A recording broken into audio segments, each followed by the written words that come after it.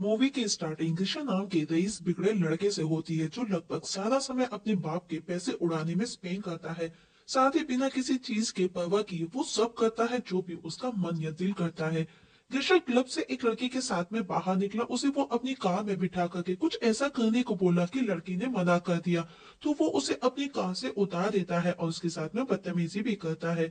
और अब rush driving करने लगा तो ट्रैफिक पुलिस उसके पीछे आई और वो रुकता नहीं है तो पुलिस उस पर शूट करने की धमकी देती है। तो गिरशा रुक जाता है और पुलिस वाले के मुंह पर पैसे फेंकता है, जैसे कि वो हर काम पैसे के बल पर करता है।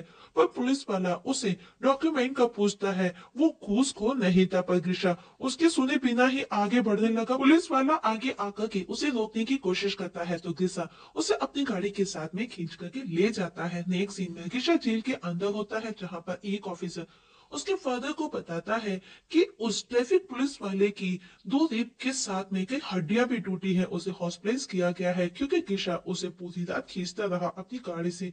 इस केस को तो मैं फिक्स कर दूंगा, पर अगर अब तुमने अपने बेटे को नहीं सुधारा तो आगे तुम्हें प्रॉब्लम हो सकती है। किशा के फादर उस पर बहुत गुस्सा करते हैं, पर किशा को फुल कॉन्फिडेंट था कि उसके फादर उसे हर प्रॉब्लम से बचाएंगे, इसीलिए वो अक्सर ऐसी हरकतें करता रहता है। अब किशा के फादर पावेल किशा को सुधारने का डिसाइड करते हैं और टीवी प्रोडक्शन के पास आकर के बात करते हैं, जिसका नाम एनेस्थीसिया होता है, जिसे दोस्तों हम एना कहकर के बुलाएंगे। एना उसे अपने दोस्त लेव के पास लेकर के आई, जो कि कूल और शॉकिंग सीन क्रिएट करने का काम किया करता था। और इस समय भी वो एक रस्सी से लटका था। इस तरह उसे देख करके पावेल डर जाता है, जबकि वो सब फेक था। और जैसे ही पावेल सिगरेट चलाता है तो लेव उसी के सामने अपना अंगूठा काट देता है। ये देख करके पावेल बुरी तरह से डर जाता है, जो कि पहले ही डरा था। तब लेव ने दिखाया कि वो जस्ट फेक था और एना लेव को समझाती है कि पावेल ऑलरेडी परेशान है और अब वो उसे गिशा के बारे में बता करके उसे सुधारने के लिए हेल्प मांगती है। वहीं गिशा जब क्लब से निकला तो देखा कोई उसकी गाड़ी को लेकर के जा रहा है। जब वो उसके पीछे गया तो ट्रैंकुलाइजर से उसे शूट कर बेहोश कर दिया गया। नेक्स्ट सीन में हम गिशा को पिक के साथ में देखते हैं, जो कि सो रहा है। तभी एक आर्टियम नाम का बंदा आकर के उसके मुंह पर पानी डाल करके उसे जल्दी से जगाता है ताकि वो अपना काम कर ले। गिशा को कुछ समझ नहीं आया जब उसे होश आया कि आखिर वो कहाँ पर है और यहाँ पर वो कैसे आया। तभी एवडे आकर के गिशा को खींच करके बाहर लेकर के आया और बोला, मैंने कल रात तुमको काम दिया था जो करने को, वो क्यों नहीं किया। पर गिशा ने कहा, मैं तो तुमसे पहले कभी मिला ही नहीं, तुमको कुछ तो गलतफहमी हुई है।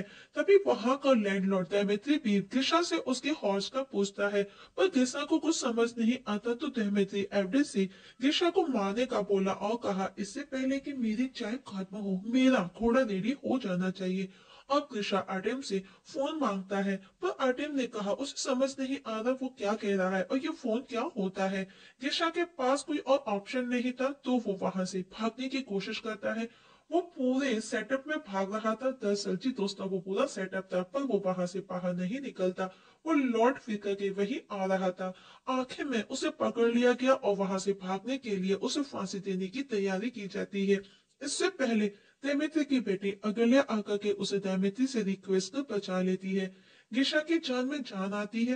तभी उसके ऊपर से एक ईगल उड़ता हुआ एक टिम्बर की बिल्डिंग में पहुंचा और हम यहाँ पर देखते हैं कि गिशा कहीं नहीं गया, बल्कि पावेल ने उसे सुधारने के लिए लेव और एना के साथ मिलकर के ये ड्रामा किया है।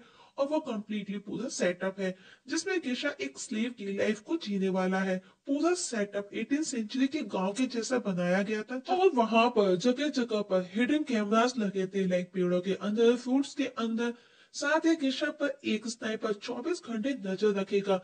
अगर कहीं पर भी ऐसा लगता है कि उसे शक हो रहा है तो उसे शूट कर बेहोश कर दिया जाएगा। वहीं गिशा को जमीन पर सोना पड़ता है।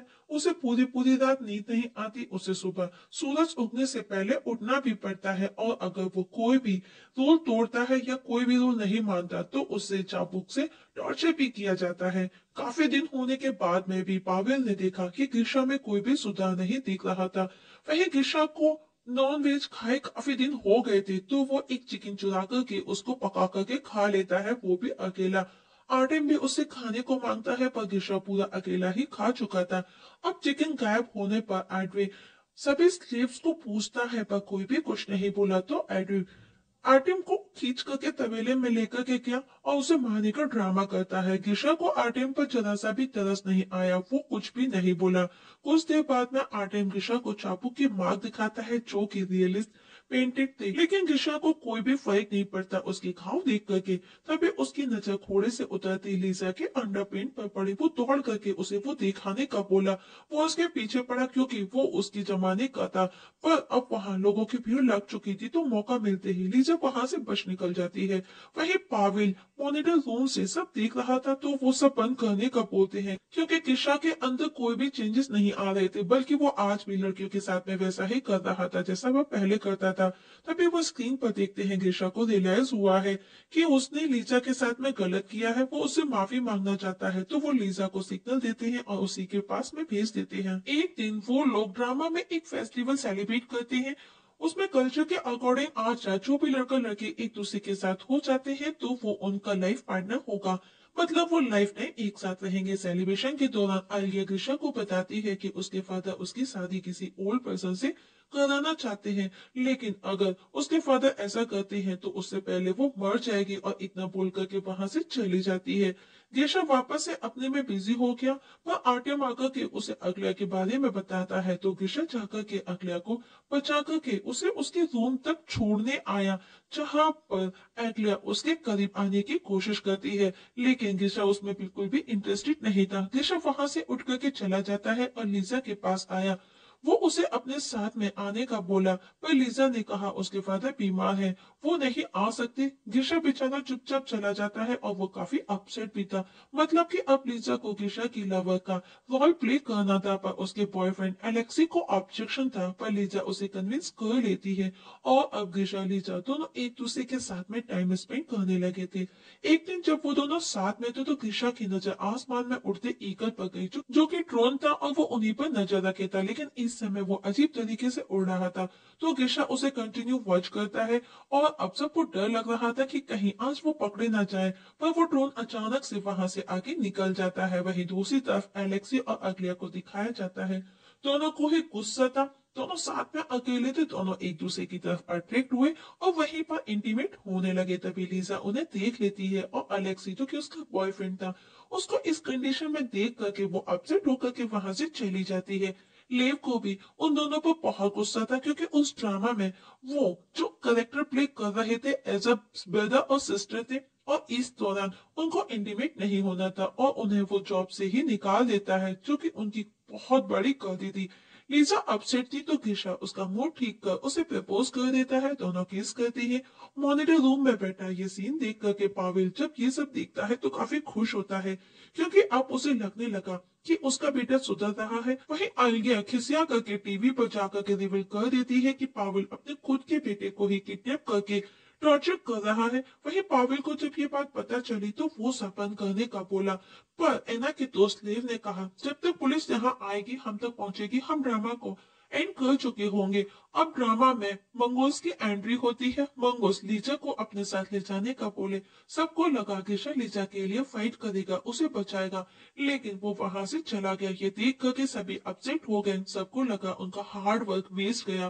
पर कुछ देर बाद ही गिशा घोड़े पर सवार होकर के वहां एंट्री करता है और लीजा को बचा करके ले जाता है।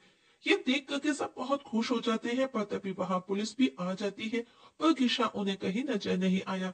लीव ने कहा वो बस मूवी शूट कर रहा था, तो इसके लिए पुलिस कोई भी अगेंस्ट एक्शन नहीं ले सकती थी। वहीं गिशा भागता हुआ सेटअप से दूर निकल करके मॉडर्न टाउन में पहुंच गया।